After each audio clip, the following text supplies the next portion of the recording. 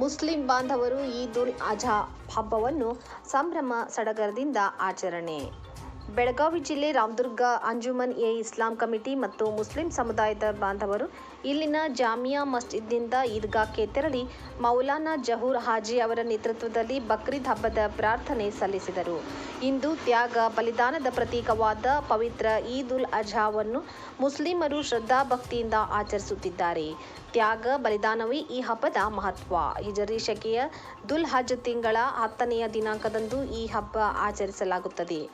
ಈ ಸಂದರ್ಭದಲ್ಲಿ ವಿಶ್ವದಾದ್ಯಂತ ಲಕ್ಷಾಂತರ ಭಕ್ತಾದಿಗಳು ಹಜ್ ನಿರ್ವಹಿಸಲು ತೆರಳುತ್ತಾರೆ. ಇಬ್ರಾಹಿಮರ ಕುಟುಂಬದ ತ್ಯಾಗ ಬಲಿದಾನಗಳನ್ನು ಸ್ಮರಿಸುತ್ತಾ ಆರಾಧನೆಯಲ್ಲಿ ನಿರತರಾಗಿ ಭಾವಪರವಶರಾಗುತ್ತಾರೆ. ಇಷ್ಟಕ್ಕೂ ಇದು ಇಸ್ಲಾಮಿನ ಕಡ್ಡಾಯ ಕರ್ಮಗಳಲ್ಲಿ ಒಂದು. ಆರ್ಥಿಕವಾಗಿ ಸಾಮರ್ಥ್ಯವಿರುವವರು ಜೀವನದಲ್ಲಿ ಒಂದು ಬಾರಿಯಾದರೂ ಹಜ್ ನಿರ್ವಹಿಸಲೇಬೇಕು. ಆದರೆ ಬಡವರಿಗೆ ಇದು ಕಡ್ಡಾಯವಲ್ಲ. ಹಾಗಾದರೆ ಕಡ್ಡಾಯ ಕರ್ಮವೆನಿಸುವಷ್ಟು ಪ್ರಾಮುಖ್ಯತೆಯನ್ನು ಇಸ್ಲಾಮಿನಲ್ಲಿ ಹಜ್ಗೆ ಯಾಕೆ ನೀಡಲಾಗಿದೆ ಎಂದು ಭಾವನೆ ಉದ್ಭವವಾಗುವುದು ಸಹಜ. ಪ್ರವಾದಿ ಇಬ್ರಾಹಿಮರು ಬಾಲ್ಯ ಮತ್ತು ಯೌವನದಲ್ಲಿ ಬಹಳಷ್ಟು ಸಂಕಷ್ಟಗಳನ್ನು ಎದುರಿಸಬೇಕಾಗಿ ಬಂದಿತ್ತು. ದೇವನು ನೀಡಿದ ಹಲವಾರು ಸತ್ವ ಪರೀಕ್ಷೆಗಳನ್ನು ಎದುರಿಸಿ ಜಯಶಾಲಿಯಾಗಿ ದೇವ ಸಂಪ್ರೀತಿಗೆ ಪಾತ್ರರಾದರು. ಅವರನ್ನು ಅಲ್ಲಾಹನು ಖಲೀಲುಲ್ಲಾಹ ಎಂದು ವರ್ಣಿಸಿದ್ದಾನೆ, ಅಂದರೆ ಅಲ್ಲಾಹನ ಮಿತ್ರ ಎಂದು. ಇಬ್ರಾಹಿಮರ ಬದುಕಿನ ಹಲವಾರು ಸತ್ವ ಪರೀಕ್ಷೆಗಳನ್ನು ಅಧ್ಯಯನ ಮಾಡಿದರೆ ವಾಸ್ತವ ತಿಳಿದುಬರುವುದು. ಈ ಸಂದರ್ಭದಲ್ಲಿ ಸುದ್ದಿಗಾರರ ಜೊತೆ ಮಾತನಾಡಿದ ಅಂಜುಮನ್ ಇಸ್ಲಾಂ ಕಮಿಟಿಯ ಮಾಜಿ ಅಧ್ಯಕ್ಷ, ನಿರ್ದೇಶಕ ಹಾಗೂ ಮೌಲಾನಾ ಜಹೂರ್ ಹಾಜಿ ಬಕ್ರೀದ್ ಹಬ್ಬದ ಶುಭಾಶಯಗಳನ್ನು ಕೋರಿದರು. अस्सलामु अलैकुम व रहमतुल्लाहि व बरकातुहू।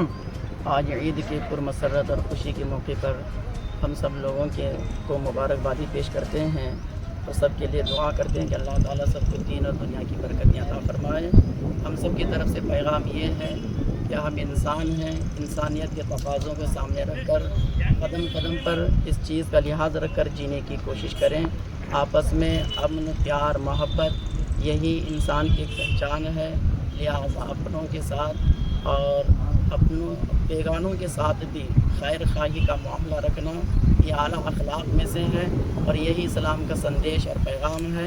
इस पर मजबूती से अमल करें, हर बुराई से बचें, नेक बनकर नेक और कामयाब ज़िंदगी गुजारने की कोशिश करें। बिलखुसूस मैं अपने नौजवान भाइयों से ये गुजारिश और मेरी तरफ से पैगाम देना चाहता हूँ कि शराब और नशे की लत से खूब परहेज़ करें। ये चीज़ें मुआशरे को बर्बाद कर रही हैं।